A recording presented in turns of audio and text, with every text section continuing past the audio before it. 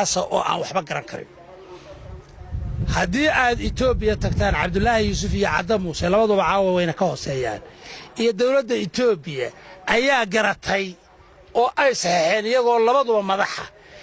in lagu wareejiyo Soomaaliland sababta loogu wareejinayna waxa weeye de waa wax la garanayo maanta dadka isu qiiraysiinaya tukaraq ninka ku dagaalamaya dhulkii maanta dhul bahante meesha uu jiro iyo cidda gacanta ku haysa waa la ogyahay inta Soomaaliland ay soo waday hawshaana waa la ogyahay sababta aan idin sheegaya waxa weeye 50 kiiloomitir ee laamiga ku yaala sababta loogu dagaalamaya wax kale ma aha waa in garowa lagu ilaashado oo ay geej u noqoto oo albaab u noqoto oo ay security zone bay rabaan inay ka dhigtaan macnaheedu ma hadanayn ay danaynayaan iyo cid ay rabaan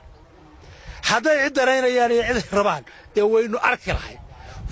waxaan idinku xaqiijinayaa degmada ugu dhow waa Taleex ee garowa ugu xigta ee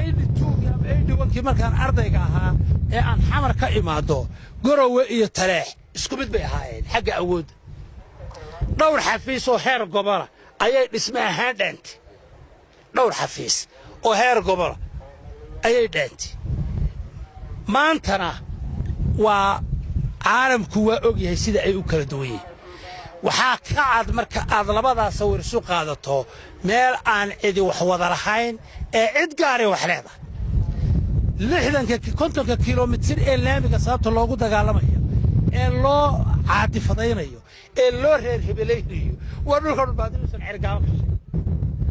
miyuusan ka shaybuho miyuusan ka shishay dhulkan aanu joogno ibisa kiiloomitir buka maxaa loo siin waayay ahmiyada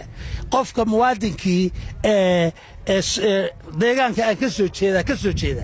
inuu garto weeye sababta 50 kiiloomitir ee laamiga ee garowe xiga sidan loo buunbuuninayo ee loogu dagaalamayo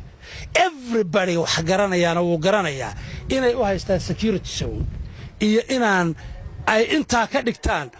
geej ay ku ilaashadaan magaalada garowe laakiin aanay dan kale kalahay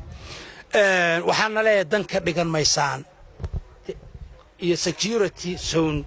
ka dhigan maysaan ama buffer zone aad ku ilaashataan magaalada garowe dadka deegaanka deganay waxay u baahan yihiin isbitaal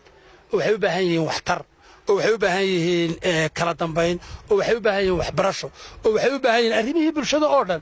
waxay u baahan yihiin inay helaan biyo waxay u baahan yihiin inay noqdaan dad maamul iyo kala dambeyn intii aad ku soo maxaabsateen anigaygan kula hadlaya waad garan kartaan deegaanka waliba inaanu sida aanu garanayo waad garan kartaa suurtagal ma aha in aad ka dhigataan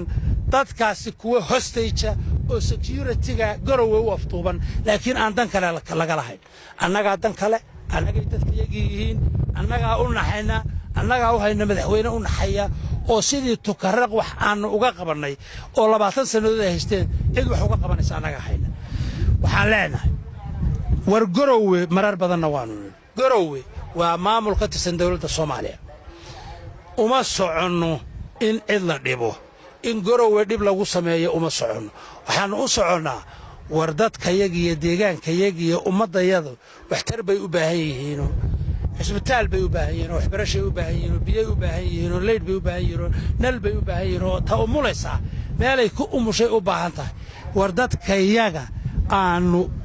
baanu u soconaa inaanu waxtaree cid aanu dib ula soconaa ma jirto haddii dadkayaga naloo diido inaanu ama ciidan laga soqaysiiyana war ciidan waanu leenahay kii jawaabta idin siiyay baanu leenahay ninacay tamaana xigmad uu bilaadanka ku soo kordhinayaa ma jirto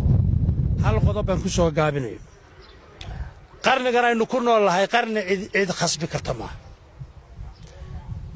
xuduudka Soomaaliland iyo Soomaaliya ma aha mid doonis iyo jacayl ku dhisan mid isirnimo ku dhisanna ma waxaad ogtihiin dhul bahante aynu maanta joogno in xuduudka Itoobiya uu maro dad badan oo Soomaaliland ah Itoobiya ayaa bartanka ku dhufatay oo waxay ka tirsan yihiin kilanka shanaad ka kilanka ka Soomaaliya lama weydiin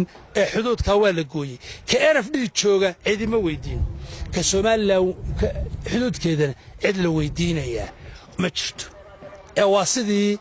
ay nimankii caddaa ee Afrika qaybsaday u sameeyeen ayaa kana loogu dhaqmayaa waxaana leeyahay walaalahayo cunfi ma hayno colaad idin ma hayno shakhsiyana laakiin danaynu kala leenahay danaha aanu leenahay waxa weeye inaad idinkuna maamulkiina aamintaan annagana maamulkayaga iyo danahayaga aanu maamulano laakiin in askarinimo iyo hawlo kale iyo qori weynu haddii ciidan aniga ka tirsanaa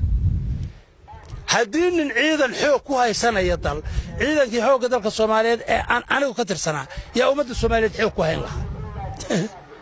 ummadda fikir iyo waxdalahasho iyo talo midaysan